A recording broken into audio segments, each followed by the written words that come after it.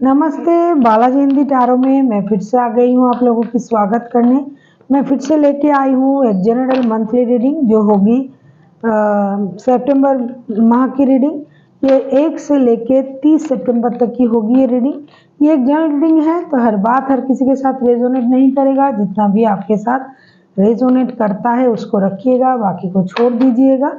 हो सकता है बाकी रीडिंग किसी और से रेजोनेट कर जाए। तो अगर आप सन साइन मून साइन किसी भी साइन से, अगर आप जेमिनाई हो यानी मिथुन राशि हो और आप जानना चाहते हो आपका सितंबर महीना कैसे जाने वाला है तो ये रीडिंग आपके लिए होगी। ये एक जनरल रीडिंग है तो हर बात हर किसी के साथ रेजोनेट नहीं करेगा। जितना भी आपके साथ रेजोनेट करता है उसको रखिएगा, बाकी को छोड़ दीजिए। हो सकता है बाकी रीडिंग किसी और से रेजोनेट कर जाए। और अगर आपको रीडिंग अच्छी लगे तो चैनल को सब्सक्राइब कर दीजिएगा, लाइक शेयर एंड कमेंट करना भी ना भूलिएगा। तो चलिए शुरू करते हैं आज की रीडिंग। जेमिनाई यानी मिथुन राशि, हम इसमें देखेंगे आपकी ओवरऑल पूरे महीने की एनर्जी कैसे रहने वाला है, आपकी पास्ट की एनर्जी, आपकी प्रेजेंट और आपकी फ्यूचर की एनर्जी। देख लेते हैं ओवरऑल महीने में आपका एनर्जी क्या कहता है। नाइट ऑफ सोर्स, ओवरऑल महीने आप थोड़ा बिजी रहोगे, जल्दबाजी में रहोगे, जल्दी जल्दी कामों को निपटाने के लिए सोचोगे।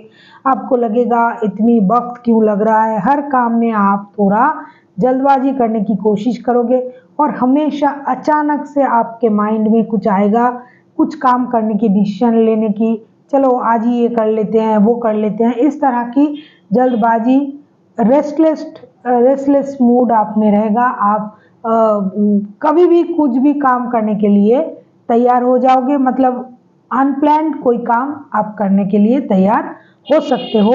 ये पूरे सितंबर महीना आपके पास वक्त की कमी होगी। अभी देख लेते हैं पास्ट की एनर्जी आपकी कैसी थी। जेमिनाई, एस ऑफ वांड्स, अच्छा तभी पास्ट में भी आपने कुछ नया करने की कोशिश किया होगा, हो सकता है उसमें आपको अच्छा परिणाम मिला। तो पास्ट में आपने कुछ नया किया, कुछ नए काम के शुरुआत किए होंगे, चाहे नए रिश्ता, नए जॉब, नए बिजनेस, कुछ भी कुछ नया आपने शुरू किया जो आपने बहुत दिनों से सोच के रखा था और जिसके लिए आप बहुत दिनों से लड़ रहे थे, मतलब करने की कोशिश कर रहे थे, तो उसमें आपको कामयाबी मिली होगी। देख लेते हैं एस ऑफ वॉन्ड्स के कार्ड्स क्यों आए। यस, चैरियट का कार्ड।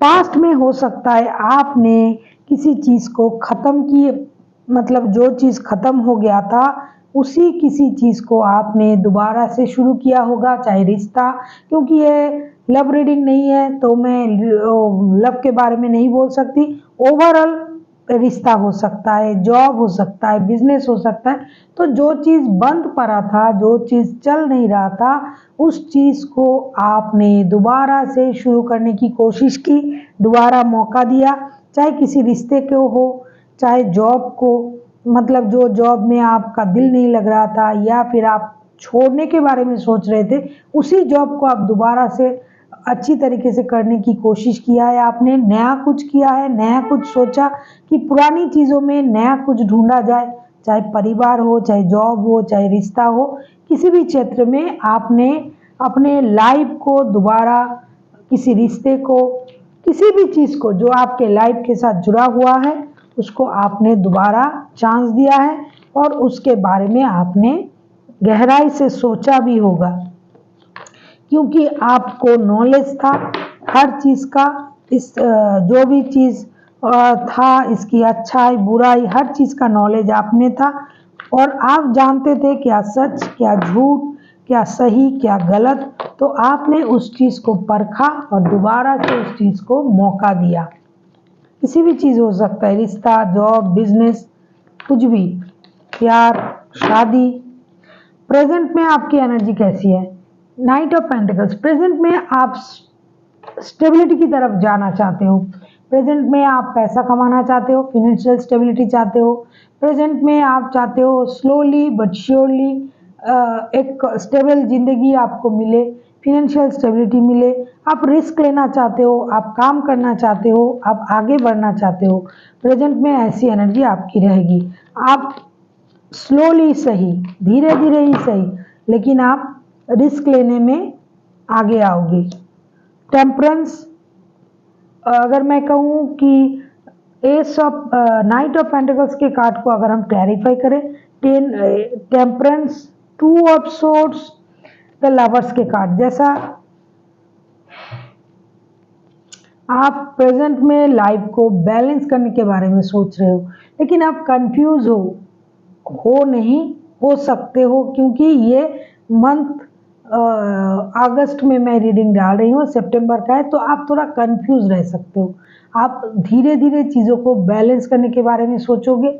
आप हो सकता है अपने लव लाइफ को लेके, अपने जॉब, बिजनेस, किसी भी क्षेत्र में आपको कोई डिसीजन लेना पड़े, या फिर जैसा कि पास्ट में आपने जिस डिसीजन को लिया था उसी डिसीजन को आगे बरकरार रखना पड़े और आपको बैलेंस करना पड़े लाइफ में, और आप उस बैलेंस के साथ चलने की कोशिश करोगे। आप स्टेबिलिटी की तरफ जाने की कोशिश करोगे।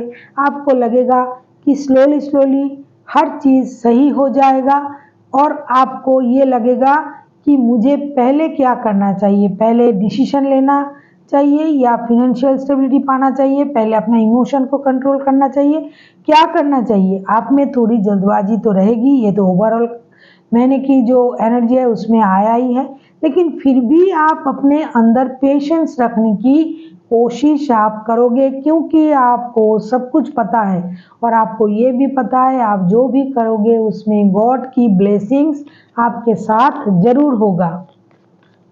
अभी देख लेते हैं फ्यूचर में आपका एनर्जी क्या कह रहा है। फ्यूचर मतलब मंथ एंड आते आते आपकी एनर्जी कैसे रह सकती है। 15-16 तारीख के बाद से मंथ एंड तक आपकी एनर्जी कैसे रहने वाला है।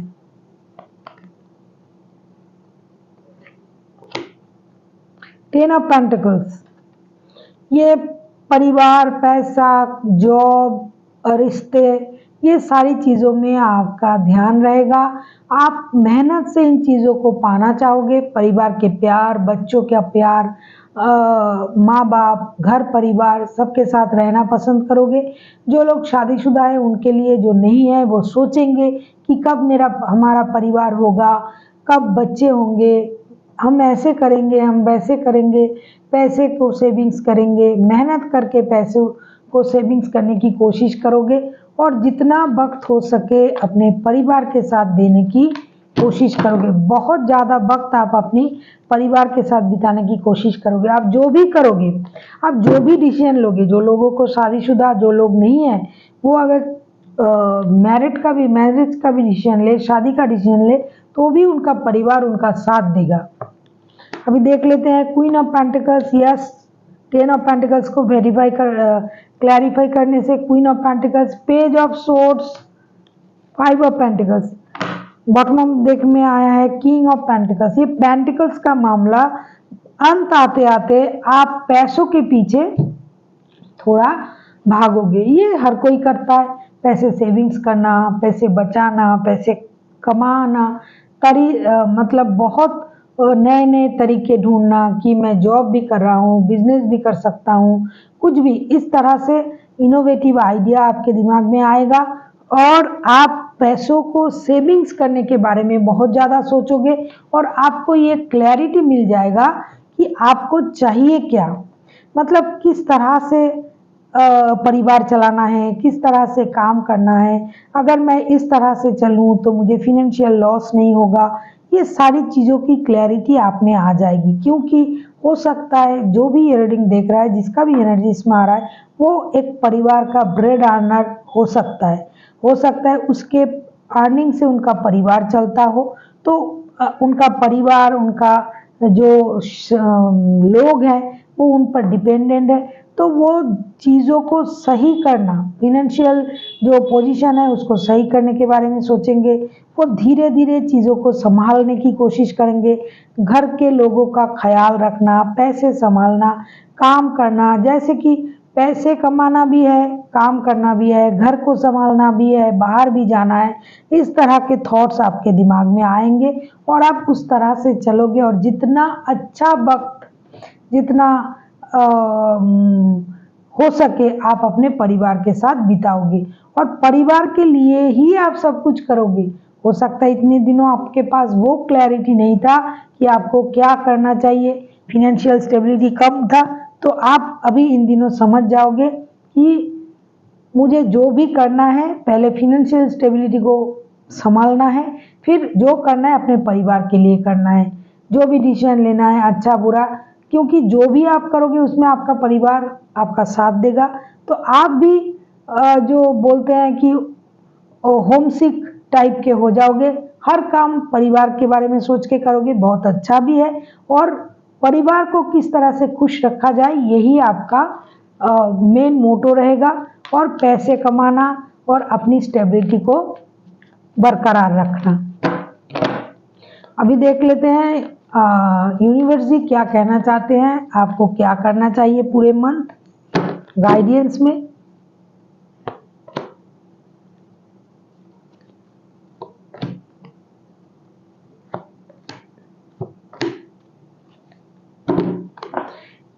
जैसा कि पहले ही कार्ड आया था कि आप थोड़ा जल्दबाजी में रहोगे, तो यूनिवर्स जी आपसे यही कहना चाहते हैं कि आप पाजल्ड मत होइए। 2 ऑफ पेंटिकल्स का कार्ड आया है, आप ज़्यादा परेशान मत होइए कि जो ये काम जल्दी जल्दी कैसे करूँगी या करूँगा। 9 of swords, 2 of pentacles and justice. और आपको ये भी नहीं करना है कि ये मेरे पास नहीं है, कब तक मेरे पास ये आएगा, मेरे साथ कैसा ऐसे क्यों हो रहा है, मैं इतना मेहनत कर रहा हूँ या कर रही हूँ। तो इस तरह की नेगेटिव थॉट्स अपने दिमाग में मत लाइए।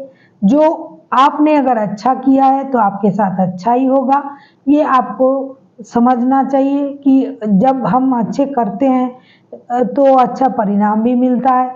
और आप कंफ्यूज मत होइए, परिवार पैसा ये तो आपको चाहिए, तो इसका आपको दिमाग में क्लैरिटी होना चाहिए कि आपको सबसे ज़्यादा क्या चाहिए। और जो बेकार की जो परेशानी है, रोना धोना है, उसको अपने दिमाग से हटा के रखिएगा, क्योंकि जितना परेशानी आपका नहीं है, आपका नेगेटिव थॉट्स उसको ये बना देगा कि आप परेशान हो, आपको नींद नहीं आ रहा है, आप दुखी हो। इस तरह से आप सोच सोच के खुद को परेशान करोगे। इसीलिए पॉजिटिव सोचिए, पॉजिटिव रहिए, जैसा हमने किया है उसका परिणाम हमें वैसा ही मिलता है यूनिवर्स से। So thank you for watching, and फिर मिलते हैं एक नए वीडियो के साथ।